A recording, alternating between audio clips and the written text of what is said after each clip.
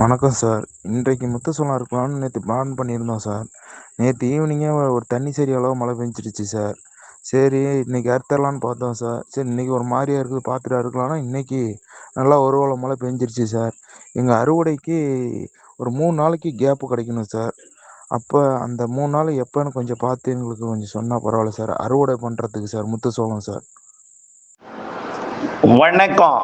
செல்வகுமாரின் அதிகாலை வானிலை ஆய்வறிக்கை. அதிகாரப்பூர்வ வானிலை அறிக்கைக்கு இந்திய வானிலை ஆராய்ச்சித்துறை அறிக்கையை பார்க்கவும். 2026 ஆகஸ்ட் 24 திங்கட்கிழமை அதிகாலை நிலவர வானிலை பதிவு. தென்மேற்கு பருவமழை கேரளாவில் தீவிரமடைந்திருக்கிறது. கன்னியாகுமரி மாவட்டம், அதாவது தமிழ்நாடு எல்லையோர பகுதிகளை எடுத்துக்கொண்டால் கன்னியாகுமரி முதல் வால்பாறை வரைக்கும் நன்ற தீவிரமாக இருக்கு. தேனி மாவட்டத்தோட மேற்கு சரிவு ஏலக்காய் சாகுபடி பகுதி மற்றும் முல்லை பெரியார் அணைக்கட்டு பகுதி வரைக்கும் நல்ல தீவிரம் இருக்கு. தமிழ்நாட்டிலும் வெப்பசலன மாலை இரவு இடிமழை பொழிவு தீவிரம் இருக்கு. ஏற்கனவே வட இந்திய நிலப்பகுதியில் நகர்ந்து கொண்டிருக்கூடிய காற்றழுத்த தாழ்வு பகுதி பாகிஸ்தான் எல்லையோர பகுதியை நோக்கி நகர்ந்து கொண்டிருக்கிற நிலையில புதிய காற்றழுத்த தாழ்வு பகுதியும் வடக்கு வங்கக்கடல் பகுதியில் ஏற்கனவே உருவாகி இருப்பதை ஏற்கனவே தெரிவித்திருந்ததை மீண்டும் நினைவுபடுத்த விரும்புகிறேன். இதன் காரணமாகவும் வங்கக்கடலில் நீடித்துக் கொண்டிருக்கூடிய வளிமண்டல சுழற்சி காரணமாகவும் காற்று குவிதல் நேற்றைக்கும் கடலூருக்கு மயிலாடுதுறையில் இருந்து சென்னை வரைக்கும் திருவள்ளூர் வரைக்கும் மழை பொழிவை கொடுத்தது. உள்ளே பார்த்தீங்கன்னா கோபிச்செட்டிப்பாளையம், ஈரோடு, பவானி உள்ளிட்ட பகுதிகள், சேலம் மாவட்டம், நாமக்கல் மாவட்டம், தருமபுரி மாவட்டம் தொடங்கி பெரும்பாலான மாவட்டங்கள்ல நல்ல மழை பொழிவு கொடுத்திருக்கிறது. கிடைக்கப்பட்ட தகவலின் அடிப்படையில ஒரு சில மழைப்பொழிவுகள் கிடைக்கப்பட்டிருக்கிறது இந்த அதிகாலை நேரத்துல. அதன் அடிப்படையில சென்னையில அண்ணா நகர் மேற்கு 51 மில்லிமீட்டர் பெய்திருக்கு. 5 சென்டிமீட்டர் பெய்திருக்கு. அடிக்கடி பாருங்க, 5 சென்டிமீட்டர்னு ஒரு சாதாரண மழையா? 5 சென்டிமீட்டர்னா கண்டிப்பாக சாலைகள்ல கடுமையாக நீர் தேங்கும், தாழ்வான பகுதிகளில் நீர் தேங்கும் அளவுக்கு தான் இந்த மழை இருந்திருக்கும். அண்ணா நகர் மேற்கு 50 மில்லிமீட்டர். அதே போல Korattur 46 millimetre, Basin Bridge 46 millimetre, Perambur 46 millimetre, Kasimedu 46 millimetre, Ayyappakkam 44 millimetre, Valasaravakkam 43 millimetre, Okkiyam Thoraipakkam 40 millimetre, Tondiarpet 38 millimetre, Narayanapuram ஏரி 38 மில்லிமீட்டர், வலசரபாக்கத்தின் ஒரு பகுதி 36 மில்லிமீட்டர், வடபழனி 35 மில்லிமீட்டர், மேலும் Korattur 34 millimetre, Kolathur 35 millimetre, Parrys 34 millimetre, Aminjikarai 33 millimetre, Saligramam 33 millimetre, Madipakkam 33 millimetre, மேலும் அந்த Nerkundram 32 millimetre, Chennai Central 31 millimetre, Nungambakkam 30 millimetre, Kannagi Nagar 28 millimetre, Moulivakkam 28 millimetre, Adyar 28 millimetre, Saidapet 27 millimetre, Pallikaranai 27 millimetre, Perungudi 26 millimetre, Neelankarai 26 millimetre, Ice House 25 millimetre, மேலும் Thiruvottiyur 24 millimetre, Injambakkam 23 millimetre, Medavakkam 21 millimetre, Manali 22 millimetre, Madhavaram 19 millimetre, ராஜா Annamalaipuram 17 millimetre, Ambattur ஒரு பகுதி 15 millimetre, Sholinganallur 13 millimetre. பெரிய அளவில் பெரிய பட்டியலுங்க, அது மிக நீண்ட பட்டியல் இருக்கு. தருமபுரி மாவட்டத்தில் கரூர்லையும் தருமபுரியிலையும் 12 மில்லிமீட்டர் மழை பொழிந்திருக்கிறது. அதே போல ஈரோடு மாவட்டம் கோபிச்செட்டிப்பாளையம் 22 மில்லிமீட்டரும், ஈரோட்டிலே 17 மில்லிமீட்டரும், பவானி 14 மில்லிமீட்டரும், குண்டேரி பள்ளத்தில் 10 மில்லிமீட்டரும் மழை பொழிந்திருக்கிறது. மேலும் கன்னியாகுமரி மாவட்டம் அடையாமடை, பாலமோர், குளச்சல், பேச்சுப்பாறை, சுரளக்கோடு, கன்னிமார், பெருஞ்சாணி, திருப்பரப்பு, இரணியல், களியல், புதனணை, முக்கடலணை, மாம்பழத்துறையாறு, ஆனைமடுவு, முள்ளங்கினாவிளை, பூதபாண்டி, தக்கலை, குருத்தங்கோடு, குழித்துறை, நாகர்கோவில், சிவலோகம், சித்தாறு 2 இங்கெல்லாம் மழைதான். நல்ல மழைக்கான மழை பொழிந்திருக்கிறது. அடுத்தபடியா பார்த்தீங்கன்னா கிருஷ்ணகிரி மாவட்டம் ஓசூர், கிருஷ்ணகிரி, மேலும் சின்னார் அணைக்கட்டு, கிளவரப்பள்ளி அணை, இங்கும் மழைதான். அடுத்தபடியாக மயிலாடுதுறை மாவட்டத்தில் Tharangambadi 22 millimetre, Sembanarkoil 20 millimetre, Manalmedu 14 millimetre, Mayiladuthurai 10 millimetre, சீர்காழியிலையும் மழை.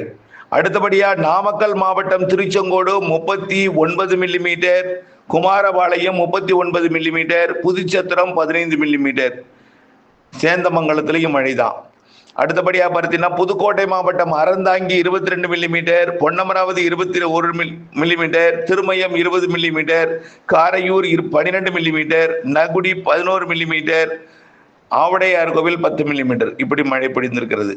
இன்னும் பார்த்தீங்கன்னா நிறைய இடங்கள்ல மழை இருக்கு. ராணிப்பேட்டை மாவட்டம் மின்னல் 68 millimetre, Arakkonam 23 millimetre, Arcot 23 millimetre, Sholinghur 17 millimetre, Kaveripakkam 16 millimetre, Perumbakkam 13 millimetre, Walajah 12 millimetre, Ranipet 12 millimetre, Ammoor Walajah railway station இங்கெல்லாம் நல்ல மழை பொழிந்திருக்கிறது.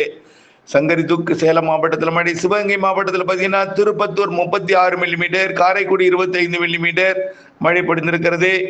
திருவாரூர் மாவட்டத்தில் கூட நீடாமங்கலம் 8 மில்லிமீட்டர் மழை பொழிந்திருக்கிறது. இன்னும் மழைப்பொழிவு பார்த்தீங்கன்னா திருப்பத்தூர் மாவட்டத்திலையும் திருப்பத்தூர், வாணியம்பாடி, ஆலங்காயம், நாட்ராம்பள்ளியிலையும் மழை பொழிந்திருக்கிறது. அடுத்தபடியாக விழுப்புரம் மாவட்டத்தில் பார்த்தீங்கன்னா Valavanur 48 millimetre, Koliyanur 46 millimetre, Villupuram 30 millimetre, Thiruvennainallur 30 millimetre, Arasur 20 millimetre, Marakkanam 20 millimetre, Mugaiyur 20 millimetre, Vallam 16 millimetre, Tindivanam 14, Kedar 14, Surapattu 12 நிறைய மழைப்பொழிவு பொழிந்திருக்கு. ஒரு பெரிய பட்டியலே இருக்கு. இதெல்லாம் மழைவித்து போடால் மிகப்பெரிய நேரம் எடுத்துக்கொள்ளும் வானிலை அறிக்கைக்கு இப்பொழுதைக்கு பார்த்தீங்கன்னா இன்றைக்கு எங்கெல்லாம் மழைப்பொழிவும் என்பதை பார்ப்போம். தற்பொழுது பார்த்தீங்கன்னா வால்பாறை முதல் கன்னியாகுமரி வரைக்கும் உள்ள மேற்கு தொடர்ச்சி மலையில மழை பொழிந்து கொண்டிருக்கிற நிலையில அடுத்தபடியாக ஆந்திர பிரதேசம், தெலுங்கானாவிலையும் கொஞ்சம் மழை, வடக்கே மழை, அது ஒடிசா, மேற்கு வங்கத்தில் கனமழை பொழிவு இருந்து கொண்டிருக்கிறது. இதனிடையே தமிழ்நாட்டை பொறுத்த வரைக்கும் மாலை இரவு இடிமழை பொழிவும் தென்மேற்கு பருவமழையும் வரக்கூடிய 3-4 நாட்களுக்கு தீவிரமடைந்திருக்கும். இதுல ஒரு வினா வந்திருக்கிறது. திருச்சி மாவட்டம் சேலம் மாவட்ட எல்லையோரம், அதாவது ஆத்தூருக்கும்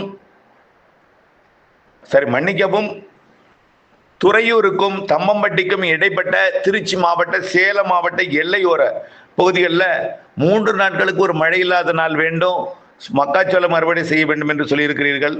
முத்துச்சோளம் நான் என்ன சொல்றேன்னா 3 நாட்களுக்கு மழை இல்லாத நாள் கிடைக்காது.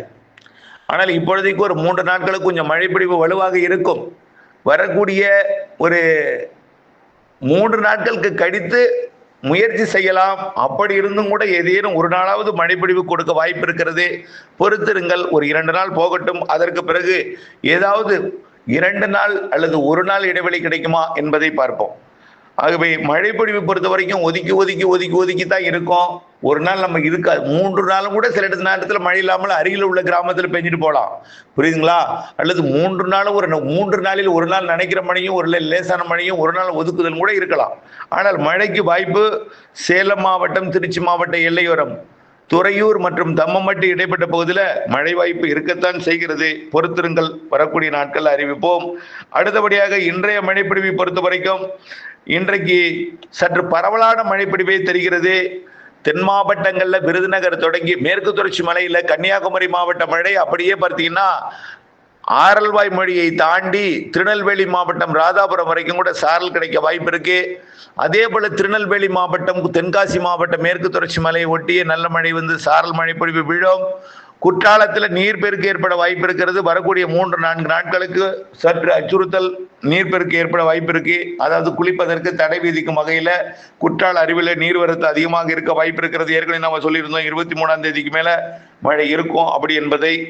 அதன் அடிப்படையில் மழை தீவிரமடைந்திருக்கிறது. அதே போல வால்பாறையிலையும் முல்லை பெரியார் அணைக்கட்டு பகுதியிலையும் மழை இருந்து கொண்டிருக்கும். ஏலக்காய் சாகுபடி பகுதியிலையும் மழை இருந்து கொண்டிருக்கும். வரக்கூடிய 3-4 நாட்களுக்கு அந்த மழை இருக்கும். கண்டிப்பாக 24, 25, 26 நல்ல மழை இருக்கும்.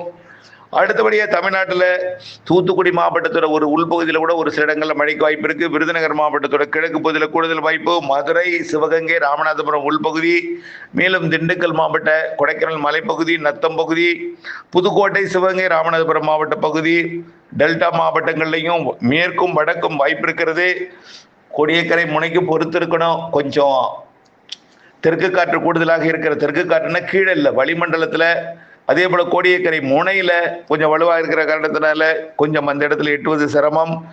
இருந்தாலும் புழுக்கம் அதிகமாக இருக்கிற இடத்தை நோக்கி, அதாவது காற்று லேசாகி மேலெழுந்து வெற்றிடம் ஏற்பட்டிருக்கக்கூடிய, நம்மளுக்கு வியர்வை அதிகம் கொடுக்கக்கூடிய, அதாவது புழுக்கம்னா என்னது, இப்ப சூரியன் குத்துக்கதிர் தமிழ்நாட்டில் விழுந்து கொண்டிருக்கிறது. இன்றைக்கு நாளைக்கு நாளைய மறுநாள் இன்றைக்கு வடக்கு கடலூர் மாவட்டம் வடக்கு டெல்டாவை ஒட்டி இருக்கும். இன்னைக்கு அடுத்தது நாளை 25, 26 டெல்டாவில் இருக்கும் சூரியன் குத்துக்கதிர் என்று சொல்லியிருக்கேன் ஏற்கனவே. படிப்படியாக தென் மாவட்டங்கள் போய் செப்டம்பர் 2ஆம் தேதி குமரிமுனையில் விழுந்து 3ஆம் தேதியிலிருந்து நிலநடுக்கோட்டை இந்திய பெருங்கடல் நோக்கி குமரிக்கடலில் பயணித்து கொண்டிருக்கும்.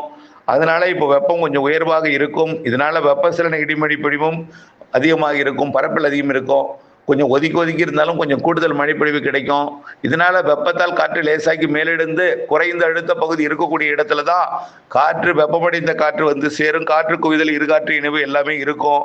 அதன் அடிப்படையில் நம்ம ஏற்கனவே சொன்னதுதான், பசுமையான பகுதிகளில், குளிர்ச்சியான பகுதிகளில் இந்த மழைப்பொழிவு இப்பொழுதைக்கு பொழியாது. காரணம் என்னன்னா, வெப்பம் அதிகமாக இருக்கிற இடத்துல தான் நிரப்புவதற்காக அந்த காற்று வந்து இருகாற்று இணைவையும் அங்கே ஏற்படுத்தும் என்பதனால மழைப்பொழிவு வடகடலோரம், வட உள் பகுதிகளில் கொஞ்சம் கூடுதல் இருக்கும்.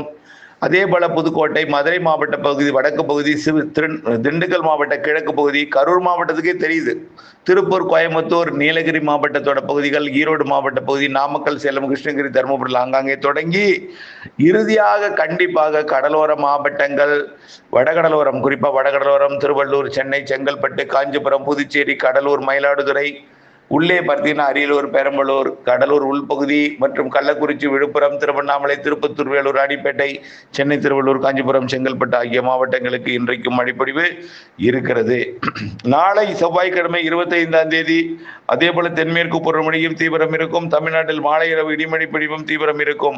ஆனால் இன்றைய மழைப்பொழிவை விட நாளை கொஞ்சம் தீவிரம் குறைவாக இருந்தாலும் இன்றைக்கு பெய்யாத இடத்துல நாளைக்கு பொழியும். புதன்கிழமை கொஞ்சம் மீண்டும் தீவிரமடையும் என்று எதிர்பார்க்கப்படுகிறது. எது எப்படியோ டெல்டாவிற்குள் நுழைவது சற்று போராட்டமாக இருக்கும். ஆனால் வடகடலோரம், வட உள் பகுதிகளில் கூடுதல் மழை இருக்கு. 27ஆம் தேதி வியாழக்கிழமை கொஞ்சம் மழையோட தீவிரம் குறைந்திருக்கும். அந்த நேரத்தில் துறையூர், தம்மம்பட்டி இடைப்பட்ட பகுதியில் இருக்கக்கூடிய அறுவடையை நீங்கள் செய்யலாம்.